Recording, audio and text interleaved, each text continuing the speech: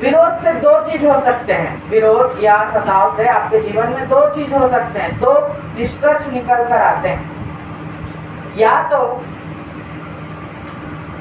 विरोध से क्या होता है आपके जीवन में, दो चीज हो सकते हैं। यदि आज आप यहाँ पर है तो विरोध होता है, तो या तो आप अपने जीवन में यहाँ से यहाँ पहुंच जाते हैं, या तो आप अपने जीवन में यहाँ से यहाँ पहुंच जाते हैं। मेरी बात को समझ रहे हैं? ये होता है विरोध का दो निष्कर्ष, ये पहला और ये दूसरा। या तो आप अभी जिस लेवल में है, जिस क्या कहना चाहिए स्तर में है आत्मिक रीति से, उससे आप कहीं ज्यादा आगे बढ़ जाते हैं, यानी कि आपका उन्नति हो जाता है, या तो आप उससे पूरी तरह से नीचे गिर जाते हैं। तो ये हमारे ऊपर है कि यदि हमारे जीवन में ऐसा होता है तो हम इन दोनों में से किसको चुनते हैं।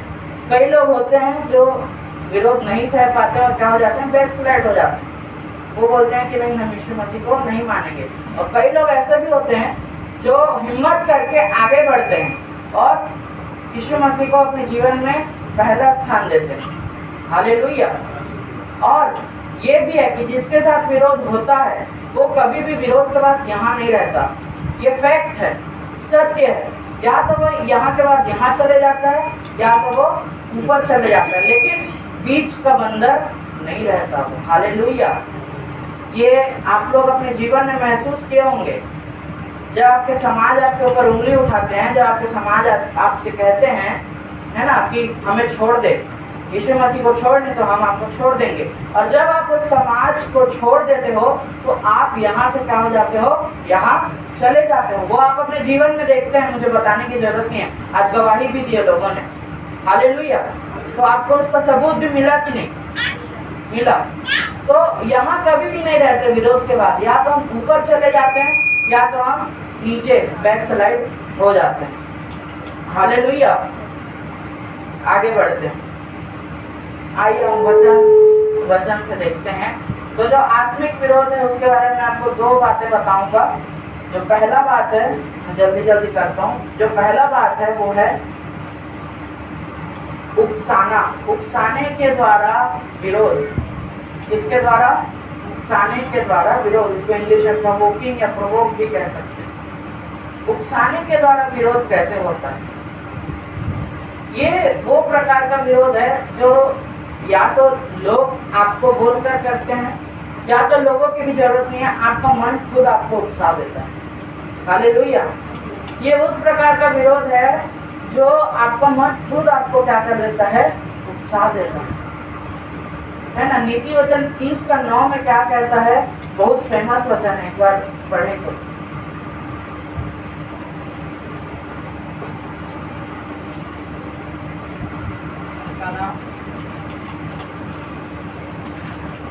ऐसा ना हो कि जब मेरा पेट भर जाए तब मैं गार कर कहूँ कि यहोवा कौन है।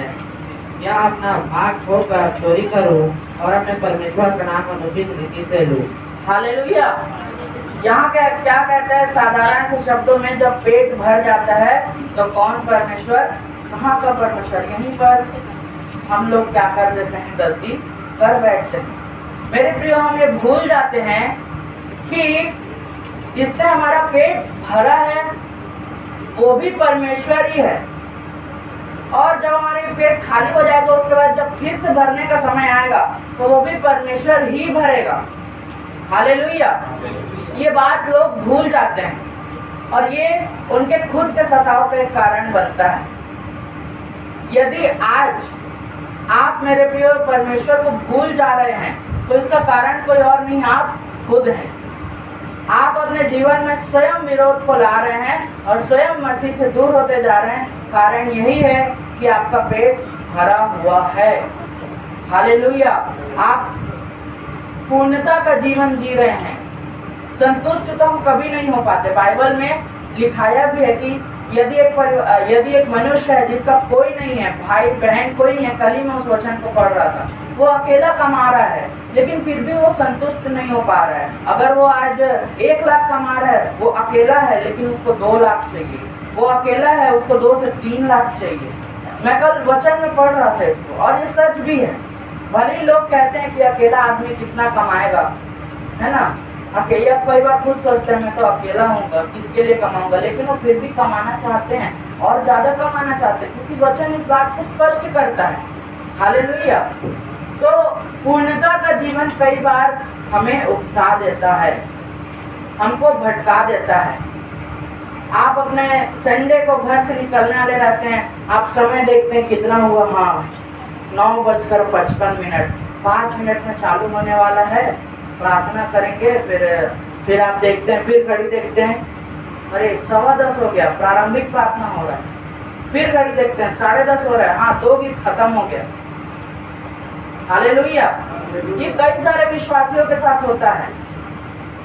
वो क्या करते हैं, कलीसिया में समय देख कर आते हैं कि हाँ अच्छा इतना समय हो रहा है, फलाना गीत चल रहा होगा, अब निकलते हैं तो सही समय पर पहुंचेंगे। ये क्या होता है, उनका मन उनको क्या कर रहा है, उकसा रहा है कि तू अभी मत जा, उनको आराधना चल रहा है, अभी तो गीत गा रहे हैं, अभी तो ताली बजा रहे हैं, तो क्या करेगा ताली बजा के वहां पर, हाँ वैसे ही दौड़ते भागते हुए कलीसिया जाता है, वहाँ ताली बजाकर अपना एनर्जी क्यों वेस्ट करेगा, अपना ताकत क्यों खर्च खाएगा वहाँ पर। हालेलुया। ये क्या होता है, आपका मन आपको उकसा रहा है, आप सोचते हो कि आपको गवाही देना है, लेकिन आप गवाही दे नहीं पाते। क्यों? क्योंकि आपका मन उकसाता है, आपको भय में डाल देता है कि कहीं मैं कुछ गलत तो नहीं बोल दूंगा। आप लोगों को सुसमाचार सुनाने जाते हैं लेकिन नहीं सुना पाते। क्यों? आपका मन आपको उकसा रहा है कि कहीं सामने वाला बुरा तो नहीं मान जाएगा। हालेलुया। ये क्या होता है, उकसाना। आपका मन ही आपको उकसा रहा है। आप अपने पूर्णता का जीवन के चलते क्या कर रहे हैं, आप अपने खुद के जीवन में सताव ला रहे हैं। जैसा कि मैंने अभी उदाहरण दिया आराधना का, क्या करते हैं लोग जब आराधना खत्म होता है तब आते हैं। मेरे प्रिय, आज मैं एकदम स्पष्ट बोल रहा हूँ, ये सब के लिए, मेरे लिए भी। हालेलुया। जो व्यक्ति आराधना में नहीं आता या जो व्यक्ति आराधना को अटेंड नहीं कर सकता, आराधना का मुख्य उद्देश्य क्या होता है कि परमेश्वर को महिमा देना। आप कभी अपने जीवन से उसको महिमा नहीं दे पाएंगे, ये गारंटी है। और अगर आपको लग रहा है कि आप उसको महिमा दे रहे हैं तो आप भ्रम में हैं। हालेलुया। यदि आराधना का कोई उद्देश्य नहीं होता तो वो आज कलीसिया में नहीं होता। हालेलुया। यदि आराधना का कोई उद्देश्य नहीं होता तो हम लोग यहाँ पर गीत गा के खत्म नहीं कर देते, हम डायरेक्ट गवाही में जाते और वचन चालू करते। मेरे जो कुछ तो उद्देश्य है, इसीलिए प्रभु ने पहली शताब्दी की कलीसिया से लेकर आज तक यहाँ पर रखा है। कुछ तो उद्देश्य होगा उसका। हालेलुया। तो इन सब बातों को आपको समझना है। इन सभी छोटी छोटी बातों से हम लोग अपने जीवन में विरोध को लाते हैं, लेकिन जान नहीं पाते क्यों आ रहा है। और इन छोटी छोटी बातों से हम क्या होते जाते हैं, धीरे धीरे उसी स्तर से जो मैंने यहाँ पर बताया, धीरे धीरे नीचे गिरते जाते हैं। ये जो प्रकार है उसमें डायरेक्ट नीचे नहीं गिरते, उसमें धीरे धीरे धीरे धीरे भनक भी नहीं लगता और नीचे हम गिरते जाते हैं। मैं यदि आपको आपके परिवार के किसी भी सदस्य के बारे में कुछ बोल दूंगा एक बार कि फलाना को सिगरेट पीते हुए देखा, कोई भी हो, तो आप हो सकते एक बार विश्वास ना करें। मैं अपने दोस्तों को बोला जा फलाना को बोल कि मैंने उसके परिवार वाले को सिगरेट पीते हुए देखा, तो 2 लोग और जाके बोले, तो आपका मन क्या होगा, कहीं ना कहीं आप सोचेंगे इतने लोग बोल रहे हैं तो कुछ तो होगा। हालेलुया। इतने लोग बोल रहे हैं तो कुछ तो होगा।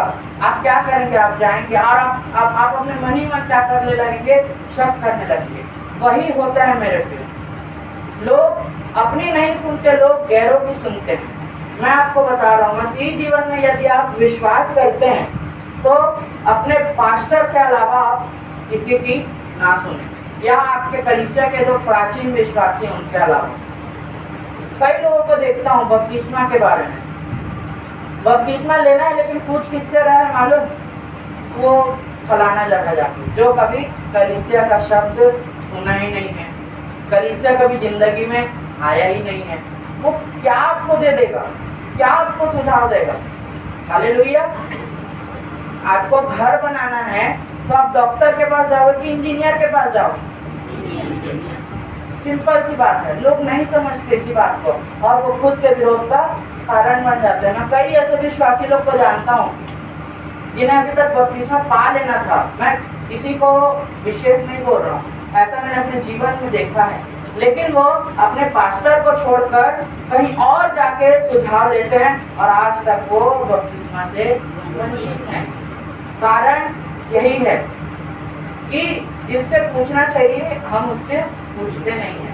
ये सब छोटी छोटी बातें हमारे जीवन में खुद का विरोध का कारण बन जाते हैं। हालेलुया। ये मैंने बताया पहला प्रकार। आइए दूसरे प्रकार की ओर बढ़ते हैं। सब बहुत बहुत सारी बातें मैं आज एकदम छोटा मैं बता रहा हूँ, और लेकिन चाहता हूँ कि आप सभी इन सभी बातों को समझ जाएं। दूसरा प्रकार, दूसरा जो प्रकार है वो है भ्रम में डालकर। आत्मिक विरोध पहला प्रकार था उकसाने के द्वारा, आपका मन या लोग आपको उकसा देते हैं, या और दूसरा भ्रम में डालकर, आपको भ्रम में डाल देते हैं। भ्रम क्या होता है? भ्रम क्या होता है मेरे प्रिय? एक ऐसी दुनिया जो है नहीं लेकिन बनाई जा रही है, जो इस दुनिया में एग्जिस्ट नहीं करता, जो इस दुनिया में है ही नहीं, लेकिन आपको उस दुनिया में प्रवेश करवाया जाता है कि वो है। हालेलुया। मेरी बातों को समझिए। वो एक ऐसी दुनिया है जिसे परमेश्वर ने नहीं बनाया है, लोगों ने बनाया है। ये है भ्रम। कई सारे चीज जो हमको जीवन में लगता है कि वो सच है, लेकिन वो भ्रम होता है। हालेलुया। वो क्या होता है? भ्रम होता है।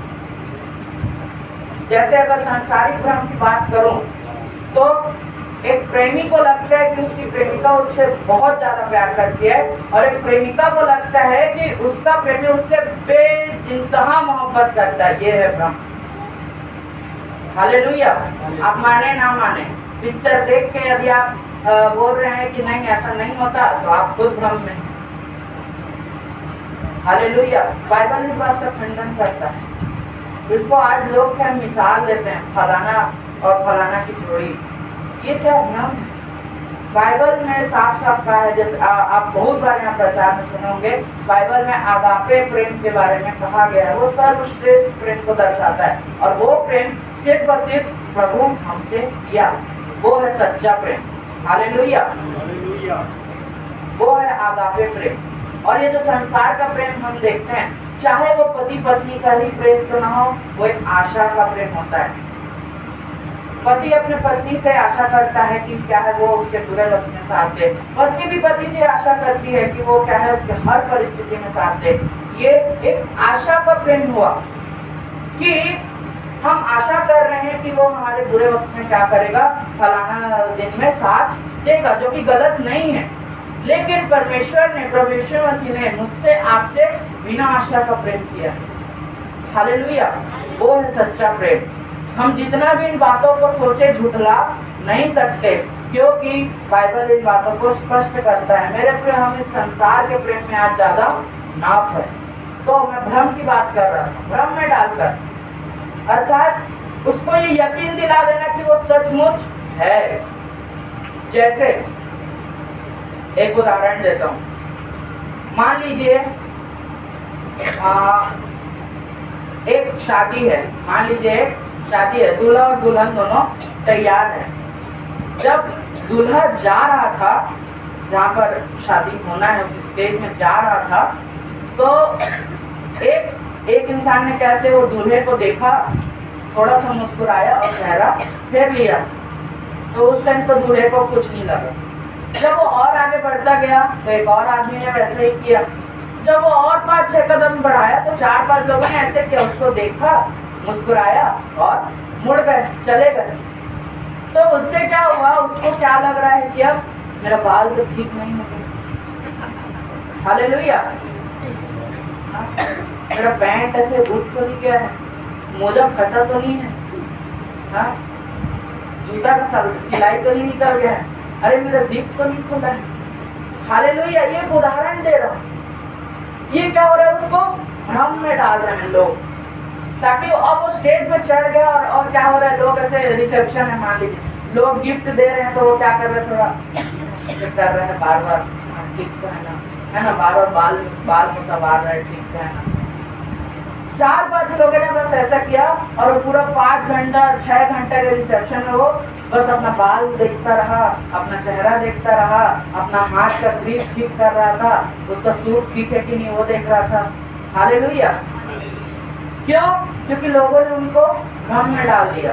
कुछ बोला लोगों ने उसको, नहीं बोला। क्या किया? सिर्फ देखा, मुस्कुराए और चल दिए। बोलने की भी जरूरत नहीं पड़ी। और ये होता ही है। 4-5 लोग अगर आपको भी ऐसा कर देना तो आप किसी फंक्शन में जा रहे हो ना, आपका आत्मविश्वास में डगमगा जाएगा। हालेलुया। आप यदि परीक्षा देने जा रहे हो और 5-6 लोग आपको बोल दिए ना, आज परीक्षा बहुत हार्ड होता है, क्या करेगा, नहीं निकल पाते कई लोग। हाँ, तो आप ना साल भर भी पढ़े रहेंगे ना तो भी वो क्या होगा, नहीं निकलेगा। क्यों? क्योंकि लोग आपको भ्रम में डाल देते हैं। ये होती है भ्रम की दुनिया और शैतान इसको बहुत अच्छे से इस्तेमाल करना जानता है। हालेलुया। मेरी बातों को समझ रहे हैं आप सभी मेरे साथ हैं? हालेलुया।